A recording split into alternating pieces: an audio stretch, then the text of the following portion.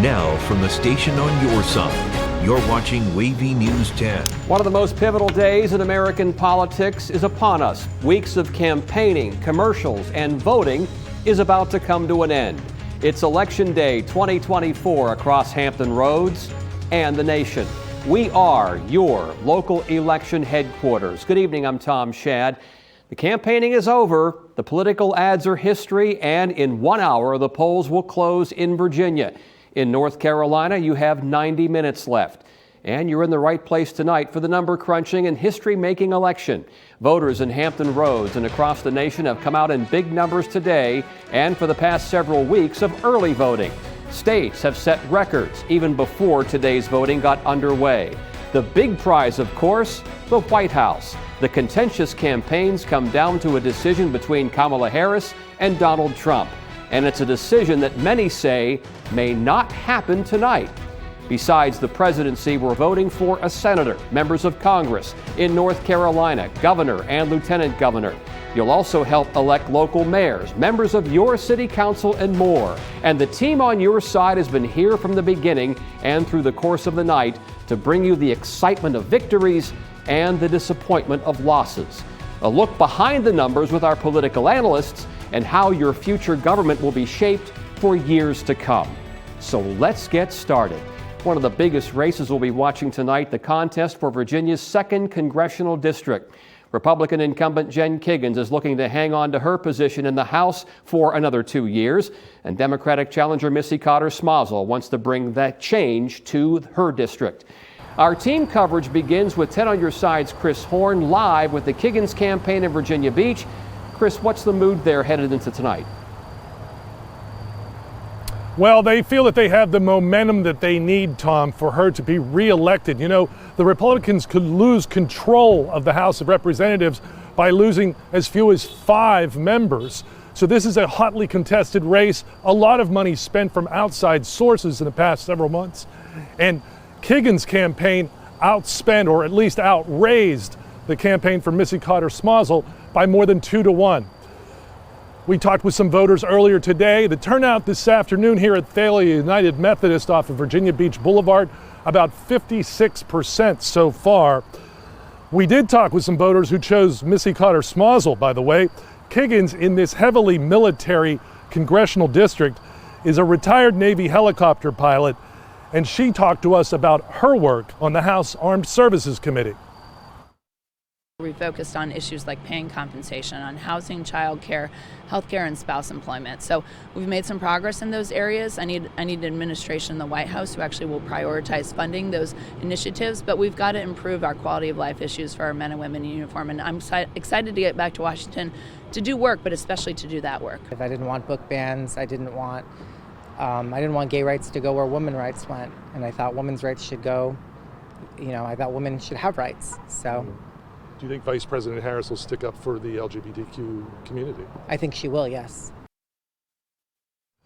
And I'll be with the Kiggins campaign. They will be at the Westin Hotel over in Town Center, and we'll have a live reaction from over there. Of course, all the high-profile Republicans in this area will be there. We're live in Virginia Beach. Tom, back to you. Anticipating a wild night. Thank you. Let's switch now to 10 on your side's Bob. Andy Fox, also in Virginia Beach with the Missy Cotter Smazel campaign. Andy, what's the feeling there tonight? Yeah, well, we are here at All Saints Episcopal Church, and I just got updated numbers from them that the voter turnout here is an outstanding 73%. Now, earlier today, we were with Missy Cotter Smazel across the city. These are also updated numbers so far, about 63% voter turnout with 89,000 voting today. Interestingly, in Virginia Beach, early voting in person, about the same number, 90,000. Now, as candidates do, they hop from precinct to precinct. We met Missy Cotter Smazel, met with voters, getting the last pitch in. You can see her there for her campaign. It has been a long one. She was also campaigning with her husband, Brian. Why do you think you won if you win? Because people genuinely care about reproductive freedom. They care about their voting rights. And especially here in our very patriotic district, people want their democracy and their vote protected. And I am the only candidate that will protect reproductive rights, voting rights, and our democracy. Again, I feel like there's just too many people divided right now, and we need to find an option that just kind of brings people together, kind of brings pride to being American again, and just whatever can get us as people and us as a country to move forward.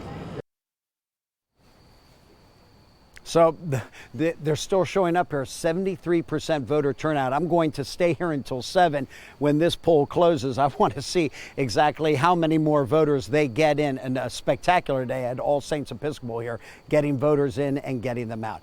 That is the latest from Virginia Beach. I'm Andy Fox, 10 on your side. Into the final hour of a long election season. Thank you, Andy. We're also going to be watching races in the 1st, 3rd, and 4th congressional districts as well. Now to the race for the Senate. And you saw the debate about a month ago here on WAVY TV 10. Democrat Tim Kaine looking for a 3rd term in the Senate. Republican challenger Hung Kao hopes to take over that seat in the new Congress. Then on your side's Brett Hall. He's live now in Richmond, where the Kaine campaign is stationed for the night. Brett, what can you tell us from there? Well, the door's just opening for this election night watch party, but as you were saying, it was just a month ago that Kaine and Kao faced off in their only debate here on WAVY TV 10, and at that time it was really Kao that came away with the headlines because of some of his remarks. But on the TV and the ad front, Kaine has dominated, especially on the money front. If you take a look at that, he has outraised Kao substantially, spending upwards of $19 million in this campaign. Kao, at last check, over $6 million. His ads often running only a few times a day, while Kaine's ran several times an hour here on WAVY TV 10. Now, we saw Kaine earlier today. He actually voted early, but he was going around several precincts in the Richmond Metro. Of course, it was 30 years ago that Kaine was elected to Richmond City Council. That kicked off his political career. He was only out of office for around 2 years, and at that time he became the chair of the DNC. He says he feels the momentum is on the Democrat side. I spoke to a Democratic consultant who feels, yes, most of the early votes, even in Republican-leaning District 1, where more early votes happen than any other, where Congressman Rob Whitman is on track to win another term, they believe those were Democrat voters. Here is his final message before the polls close in less than an hour. It's been the honor of my life to represent this community, Richmond, and then my Commonwealth as governor, and now the Commonwealth and country in the U.S. Senate. And I'm a guy who can work across the aisle to bring results. That's what I've done since I was on city council and mayor right here. And I'm going to keep doing that with a lot of energy should I be fortunate to win a 3rd term. Now, we expect a lot of Democrats to be here tonight. I actually just saw Congresswoman Jennifer McClellan, who represents the 4th district in the WAVY TV 10 viewing area. That's a little number of people. It's all of Surrey County and half of Southampton County. But she's looking to have a re-election win tonight. She is, by the polls, expected to have that. We will bring you the results when they come in. 6 years ago, this race was called quite early.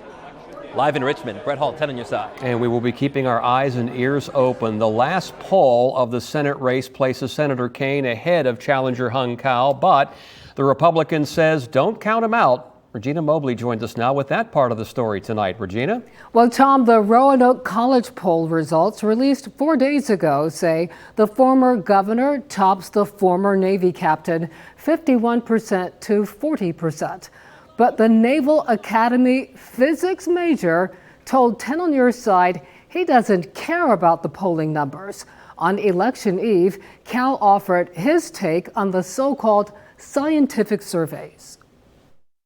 I don't care right now about the polling numbers. I'm worried more about the voters. And as of right now, there's 2.3 million people in Virginia who voted. And as of today, there's 200,000 less Democrat voters than there were in 2020, and there's 100,000 more Republican voters than there were in 2020. So we're looking really good. Polls in Virginia close at 7, but if you are in line at 7, you can still vote. Regina Mobley, 10 on your side.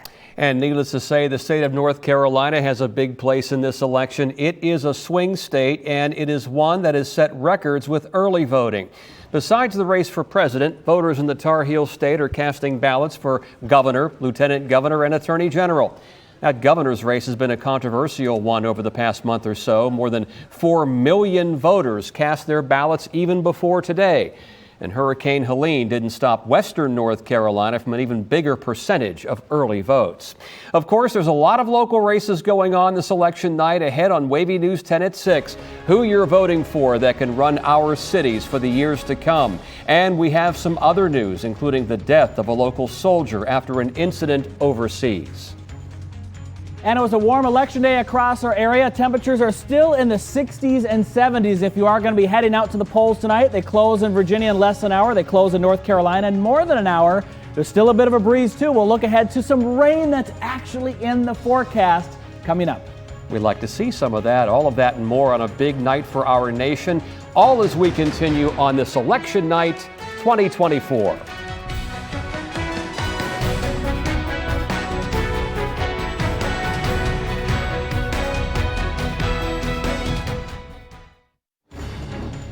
From the station on your side, you're watching WAVY News 10 at 6.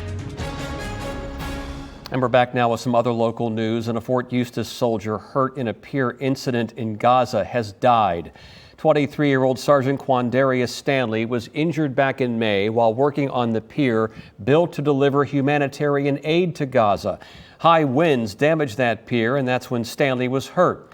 2 other service members were also injured. They later returned to duty. Army officials have not provided his manner of death, but they do consider it combat-related.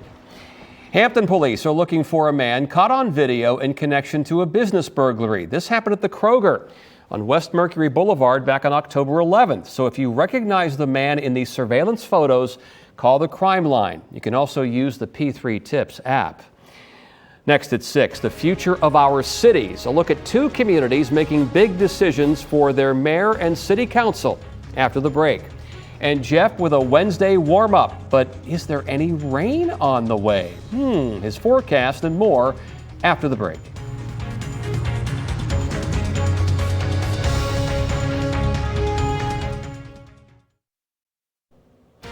We are back now from your local election headquarters. There's plenty more on your ballot. Besides some big national races, many cities are electing leaders. Those ballots include races for mayor, city council, and school board. And you've seen some of the ads on our air over the past couple of months. 10 on your side's Ashley Knight is live in Virginia Beach with the latest on turnout for races there. Ashley. Well, hey, Tom, chances are folks coming up to vote today know exactly who they're voting for president, but fewer maybe actually made up their minds about who they're voting for in terms of the local races. We have Bobby Dyer running for re-election for mayor here in Virginia Beach. He's been mayor since 2018. We also have R.K. Kowalowicz, who is running against him for the second time. And we have John Moss, Sabrina Wooten, and Chris Taylor all running for the first time this year. Political analyst Joel Rubin says he looked back at the numbers in 2020 and was pretty surprised. I looked at the vote totals for 2020. As you go from president down the ballot to mayor, back then, 8,000 less people in Virginia Beach voted for mayor than voted for president. So some people come and never get that far down the ballot. But most people are going to vote that way, even if they haven't really made up their mind until they get here. Then they get in the booth and go, I got to vote for someone. Now, Rubin says historically Virginia is pretty quick about counting the ballots, so he says we'll likely know the results of all the local races by tonight at 11 o'clock. And a quick update, we just got numbers on the number of people who have voted so far today has been 89,000 voters since polls opened today till about 5 o'clock tonight. So that's pretty on par with estimates earlier given to us. They say 100,000 people voted early last week and through the mail. They're guessing about another 100,000 by the end of today. Live in Virginia Beach, Ashley Knight, 10 on your side. So about 40 minutes to go before the polls close. Thank you, Ashley. We're going to switch to 10 on your side's Markeisha Jackson live in Portsmouth. Okay, stay right there for me. With the mayor's races there. You can see the activity happening there. Markeisha, how's it look on your end? Yeah, Tom, I'm here at Portsmouth City Hall, and this is where a lot of people usually would come to vote. However, when we arrived, we were learning that there is no voting today at City Hall. Citizens must go to their voting precinct to cast their vote, and there is a lot on those ballots, like you all were saying: city council seats, school board seats, and perhaps the most vital, the seat for Portsmouth mayor. Now, it's a three-person race for mayor. Candidates are Shannon Glover, the incumbent, Vice Mayor Lisa Lucas Burke, and Harold Carruthers III. Now, it is Carruthers' first time ever running for political office. All say they've watched Portsmouth change and grow, and they want to help make it better. Carruthers wants to work on strengthening police-community relations. Glover and Lucas Burke want to continue growing and building onto the infrastructure that's in place in hopes to make Portsmouth a safe and growing city. And we want to be the best place to live, work, play, and raise a family. But I think that when we come together, working collaboratively with our constitutional officers, our sheriffs, and our Commonwealth attorney, and working with our police chief, and working with our city manager to come up with policy and programs that address the issues that impact us. I would take those initiatives to walk the extra mile and to talk to people to understand how they may feel about these issues. Now, just a reminder again, polls do close at 7 p.m. and if you are a Portsmouth voter still trying to cast your vote, you cannot do so at City Hall, but you can go to your voting precinct to do that. I'll be live on WAVY.com and on air throughout the evening with updates on the Portsmouth mayoral race. Live in Portsmouth, Markeisha Jackson, 10 on your side. All right, a lot happening tonight. Thank you, Markeisha. We'll also be watching mayoral races in other local cities like Chesapeake, Norfolk, and Hampton. The latest results will be on the bottom of your screen and, of course, always on WAVY.com. Now, your Super Doppler 10 forecast with Chief Meteorologist Jeff Edmondson. We're going to start with the tropics. Want to give you an update on what's going on with Tropical Storm Rafael. The storm is going to head its way into the Gulf of Mexico here in the coming days, probably strengthening into a hurricane by tomorrow. It's a tropical storm now, Category 1 hurricane tomorrow, 90-mile-an-hour winds. Long term, Louisiana, maybe towards New Orleans as a tropical storm. So the trend is it'll get stronger here in the next 24 hours and then gradually get weaker as it heads towards the United States through the Gulf of Mexico. Landfall sometime into Sunday. Look how much weaker it is here. It kind of blends in with this cold front and that area of rain. And that rain could move into our area. So we might get some rain maybe Sunday night or into Monday across our area. So some rain that we're hoping for then. We had a couple of showers this morning and some fog this morning. Look at Tower Cam 10. 12 hours ago, we had the fog as we started the day. Fog lifted and cleared out pretty quickly as the day went on. Partly cloudy skies. And whew, it was a warm day today too. Lots of sunshine out there. A little bit of a breeze out of the south, but a pleasant day. 82 degrees though, way above the average high of 65 degrees. Almost a record, beating the record from 2003 of 84 degrees. 2 degrees shy of a record today. Temperatures now are sitting in the 60s and 70s through Hampton Roads, 60s for the Eastern Shore, 60s into northeast North Carolina, and a breeze that's still out of the south. You can have the windows open tonight. I don't see any rain popping up into our area tonight as temperatures cool down into the upper 50s or low 60s. A comfortable night across our area with a little touch of humidity too. Tomorrow, temperatures are in the 70s or 80s. It's going to be another warm day across our area. Not a record, but close, with temperatures in the low 80s. That doesn't happen too often in November, and that's what we have still continuing tomorrow. Eventually, there's some rain on the way, and it's not that rain chance for Sunday and Monday that I showed you. There's actually a chance coming sooner than that. Let's talk about it. Here's our forecast for tomorrow.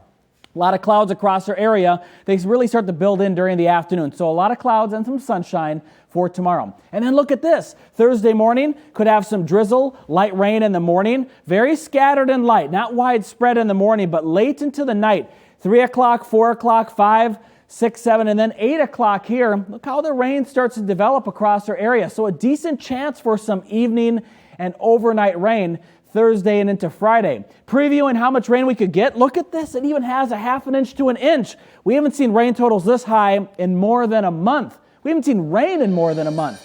We have some on the way for some areas Thursday. High temperatures will be near 80 degrees tomorrow. After the rain moves through on Thursday, we drop down to the 60s for Friday and Saturday. Sunday, we're looking at a high of 72. And then there's that next chance for rain next week, Monday, with a high of 74. Haven't seen 40% in a long time. Thank you, Jeff. When we come back, some reminders about the final minutes of voting in Virginia and North Carolina, as well as how to watch tonight's election results. Stay with us.